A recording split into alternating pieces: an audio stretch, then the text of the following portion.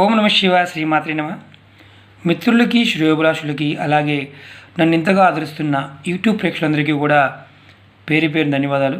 మిత్రులారా, చాలామంది మిత్రులు అడుగుతుంది ఏంటంటే ఆర్థిక సమస్య, కుటుంబ సమస్యలు, అంటే కుటుంబ సభ్యుల మధ్య గొడవలు, అలాగే ఆర్థిక స్థితి మెరుగుపడకుండా ఉండటం వల్ల చాలా సమస్యలు వస్తున్నాయండి అని అంటున్నారు.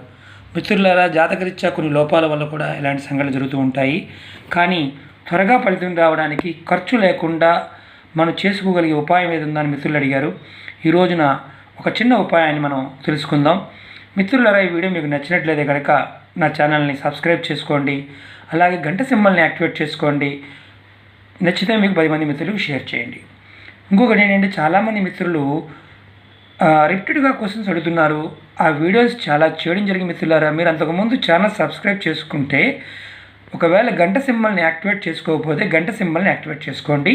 నేను చేసే ప్రతి వీడియో కూడా మీకు నోటిఫికేషన్లో వచ్చేస్తుంది. ఈ తంత్రం దేనికి చేయాలి, ఎలాంటి ఫలితాలు ఉంటాయో మీకు వివరిస్తాను. మనకి ఈ తంత్రాన్ని శివాలయంలో కానీ మన ఇంట్లో శివుడి పటం ఉన్నా, శివలింగం ఉన్నా అక్కడ చేసుకోవడానికి ఈ తంత్రం ఉపయోగపడుతుంది. ఈ తంత్రాన్ని ఎలా చేయాలి, ఈరోజు చేయాలో మీకు ఇప్పుడు నేను వివరిస్తాను. ఈ తంత్రాన్ని సోమవారం నాడు ఉదయం మన ఇంటి దగ్గర కానీ శివాలయంలో కానీ చేసుకోవచ్చు. ఏం చేయాలి, ఎలా చేయాలి? సోమవారం ఉదయాన్నే లేచిన తర్వాత, స్నానం చేసిన తర్వాత మీ పూజా మందిరంలో శివభగవానుడి పటం ఉన్నా, లేకపోయినా శివలింగం ఉన్నా మీరు 2 కర్పూరం బిళ్ళలు తీసుకోండి. ఇలా అలాగే ఒక లవంగాన్ని తీసుకోండి. ఈ తంత్రానికి కావాల్సిన కర్పూరము, లవంగా. అలాగే మీరు ఆవు నేతితో దీపం వెలిగించాలి. ముందు ఆవు నేతితో దీపం వెలిగించాలి. దీపం వెలిగించిన తర్వాత కర్పూరం బిళ్ళలు 2 అలాగే లవంగాన్ని తీసుకొని స్వామివారి ముందు పెట్టాలి. పెట్టి మీరు మీ సంకల్పం ఏదైతే ఉందో, ఏ కోరిక మీ మనసులో ఉందో చెప్పుకోండి. తర్వాత ఓం నమ శివాయ అని 21 సార్లు అనుకోండి, మనసులో అనుకోండి. అనుకున్న తర్వాత ఈ దేవుడి ముందు పెట్టిన కర్పూరం బిళ్ళల్ని, లవంగని ఇలా రెండింటి తీసుకొని చేతులు ఇలా తీసుకొని, ఏ చేతి తీసుకోవాలి డౌట్ కూడా రావచ్చు, కుడి చేతిలో తీసుకోండి. ఎందుకంటే నేను వీడియో చూపిస్తున్నప్పుడు కుడి చేతిలో మొబైల్ ఉంది, ఎడం చేయి మీకు చూపించడం కోసం. ఇలా పెట్టేసి ఇలా మూసుకొని మీ సంకల్పాన్ని, ఏవి కావాలనుకుంటున్నారో, ఆర్థికమైన విషయం, ఆరోగ్య సమస్యలు ఉంటే ఆరోగ్య సమస్యలు, కుటుంబ సభ్యుల మధ్య గొడవలు, ఏదైనా గొడవలు ఇలాంటివి తీరిపోవాలి, వాటి నుంచి బయటపడాలని కోరుకోండి. కోరుకుని మీరు ఈ కర్పూరాన్ని మీ ఇంటి దగ్గర తులసి కుండి ఉన్న, అంటే స్వామికి ఏ నైవేద్యం పెట్టాలండి అని మనం కూడా రావచ్చు. మీకు ఏది ఓపిక ఉంటే ఆ నైవేద్యం పెట్టండి. అలాగే ఇది మాత్రం కర్పూరాన్ని అలాగే లవంగాన్ని మీరు మీ ఇంటి దగ్గర తులసి కుండి ఉంటే తులసి కుండి ముందు ఈ 2 కర్పూర బిళ్ళలు పెట్టి దాని మీద లవంగాన్ని పెట్టి చక్కగా వెలిగించండి. వెలిగించిన తర్వాత ఇందులో కర్పూరం ఈ 2 ఎంతగానో ఎక్కువ కాదండి, ఈ లవంగ కూడా దాంట్లో పెట్టి వెలిగించాలి.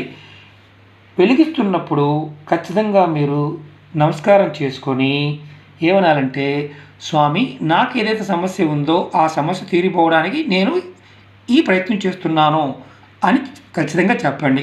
అలా ప్రతి సోమవారం నాడు మీరు ఉదయం పూట లవంగాతో, కర్పూరంతో స్వామివారికి ఆవునేతితో దీపం వెలిగించి చేయొచ్చు. అలాగే ఇంకొక మార్గం ఏంటంటే, మన ఇంటి దగ్గర తులసి మొక్క లేదండి, అప్పుడు మీ ఇంటి దగ్గరలో కనుక శివాలయం ఉంటే మీరు పూజా మందిరంలో ఈ పెట్టారు కదా, కర్పూరం పెట్టారు, లవంగం పెట్టారు, దీన్ని అలాగే చేత్తో పట్టుకొని, కుడి చేయని ఎడం చేయని చేత్తో పట్టుకొని చక్కగా శివాలయానికి వెళ్ళి, శివాలయ ప్రాంగణంలో, అంటే శివుడి ముందుని కాదు, శివాలయ ప్రాంగణంలో, టెంపుల్ ప్రాంగణంలో ఎక్కడైనా సరే ఇలా పెట్టి దీపం వెలిగించండి. అది తూర్పు వైపు కానీ ఉత్తరం వైపు కానీ పెట్టి దీపం వెలిగించండి. అంటే దక్షిణ భాగం వైపు కాకుండా తూర్పు, మీ ముఖం అనేది తూర్పు వైపుకి ఉత్తరం వైపుకు ఉండే విధంగా చూసుకోండి. అలా పెట్టి వెలిగించడం వల్ల అక్కడ కూడా వెలిగించే ముందు సంకల్పం చెప్పుకోండి.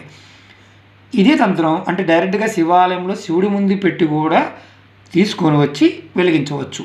ఇది చేయడం వల్ల మీకు ఆర్థిక స్థితి మెరుగుపడడానికి అవకాశాలు కనిపిస్తాయి.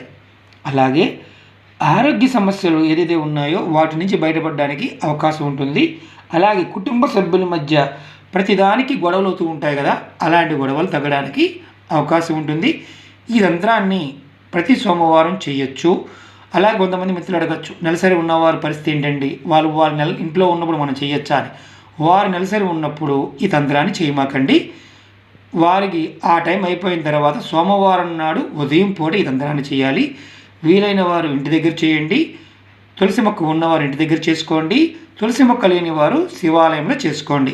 మిత్రులారా, ఈ వీడియో మీకు నచ్చినట్లయితే కనుక లైక్ చేయండి, నా ఛానల్ సబ్స్క్రైబ్ చేయండి, గంట సింబల్ని యాక్టివేట్ చేసుకోండి, 10 మంది మిత్రులకు షేర్ చేయండి. మీరు ఇంతగా నన్ను ఆదరిస్తున్న మిత్రులందరికీ కూడా పేరు పేరున ధన్యవాదాలు తెలియజేస్తున్నాను. ఓం నమః శివాయ. శ్రీమాత్రే నమః.